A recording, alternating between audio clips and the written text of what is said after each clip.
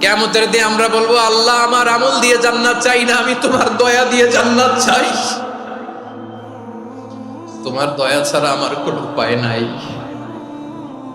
কারণ আল্লাহ যদি বিচার করে বাঁচার কারো উপায় নাই। আল্লাহ যদি বলে ফেলেন তুই এটা করলি কেন, ওখানে গেলি কেন, কোরআনে 1000 বার নিষেধ করলাম তারপরেও এই পাপে জড়ালি কেন, এরকম প্রশ্ন ছুড়ে দিলে আমার উত্তর আছে?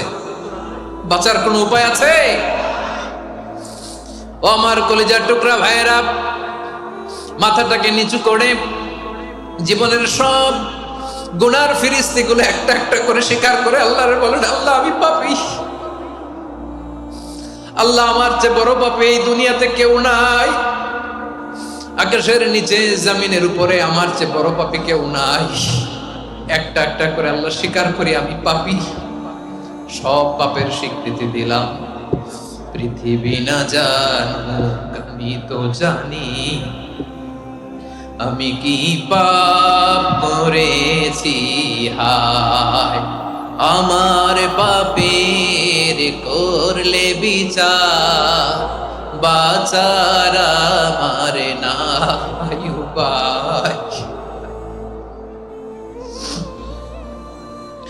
দয়াময় তুমি মাফ করো আমায়, মাফ করো আমায়। আল্লাহ তাআলা যদি দয়া করে আমাদেরকে মাফ না করে, আমাদের বাঁচার কোনো উপায় নাই। আপনি কি ভেবেছেন আপনার নামাজ দিয়ে আপনি জান্নাতে যাবেন? আপনি তাহাজ্জুদ গুজার, সেজদা দিতে দিতে কপালে দাগ ফেলেছেন, এটা আপনারা জান্নাতে নেবে না? আপনি এলাকার সবচেয়ে বড় হাতেম তাই দানশীল, এই দানের ভরসায় বসে আছেন, কশিন কালে ওঠা। আমাদের নামাজ, আমাদের রোজা, আমাদের ইবাদত, এগুলোকে মিজানের পাল্লায় উঠালে কোনো ওজনই হবে না। তবে আমাদের একটা কৌশল জানা আছে, আমরা আল্লাহর রহমতের ভিখারি। আমরা সেদিন আগেই গুনার স্বীকৃতি দিয়ে দেব। আমরা বলবো, আল্লাহ তুমি প্রশ্ন করার আগে তোমার একটা কথা বলি, আমারে কিছু জিজ্ঞেস করো না, আমি সব করেছি। এমন কোন পাপ নাই যে পাপ আমারে দিয়ে হয় নাই। তোমার রহমত দিয়ে তুমি জান্নাতে পাঠাবা, তোমার দয়ায় জান্নাতে যেতে চাই, আমল দিয়ে না। পারবেন বলতে? কিয়ামতের দিন আমরা বলবো, আল্লাহ আমার আমল দিয়ে জান্নাত চাই না, আমি তোমার দয়া দিয়ে জান্নাত চাই। তোমার দয়া ছাড়া আমার কোনো উপায় নাই। কারণ আল্লাহ যদি বিচার করে বাঁচার কারো উপায় নাই। আল্লাহ যদি বলে ফেলেন তুই এটা করলি কেন, ওখানে গেলি কেন, কোরআনে 1000 বার নিষেধ করলাম তারপরেও এই পাপে জড়ালি কেন, এরকম প্রশ্ন ছুড়ে দিলে আমার উত্তর আছে? বাঁচার কোনো উপায় আছে? রোজ হাসরে হে আল্লাহ আমার করোনা বিচার, আল্লাহ করোনা বিচার, বিচার চাহি না তব দয়া চাই, এ গুনাহগার করোনা বিচার। আপনার আমল দিয়ে জান্নাতে যাবেন? কি দিয়ে যাবেন? আল্লাহর দয়া দিয়ে। আল্লাহর রহম আর দয়া ছাড়া কেউ জান্নাতের চেহারাও দেখতে পাবে না। আমার প্রিয় ভাইয়েরা, এই দোয়া আল্লাহর কাছে পছন্দনীয় হওয়ার কারণ 3টা। দোয়ার প্রথম অংশে আছে তাওহীদ, আল্লাহর একত্ববাদের ঘোষণা। এই দোয়ার দ্বিতীয় অংশ আছে তাসবিহ, আল্লাহর প্রশংসা সূচক বাণী। এই দোয়ার 3 নাম্বার অংশ পাপের স্বীকৃতি।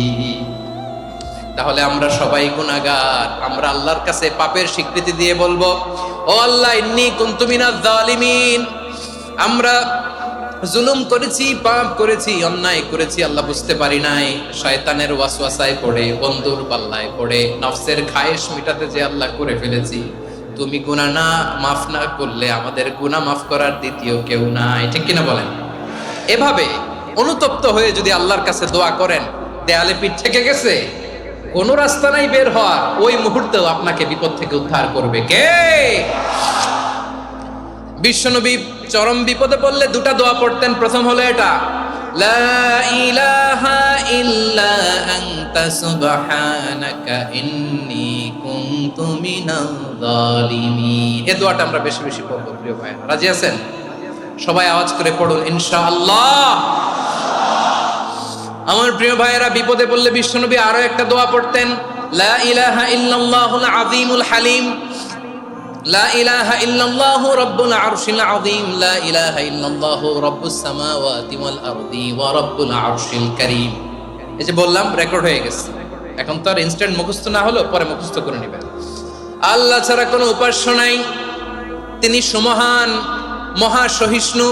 আল্লাহ ছাড়া কোনো উপাস্য নাই, তিনি সুমহান, আরশের অধিপতি। আল্লাহ ছাড়া কোনো উপাস্য নাই, তিনি আকাশের মালিক, জমিনের মালিক, তিনি সুবিশাল আরশের অধিপতি। সুবহানাল্লাহ পড়েন। এই দোয়াটা কেউ যদি পড়ে যদি এর ওসিলা করে দোয়া করে, তাকে বিপদ থেকে মুক্তি দেয় কে? মনে থাকবে আপনাদের?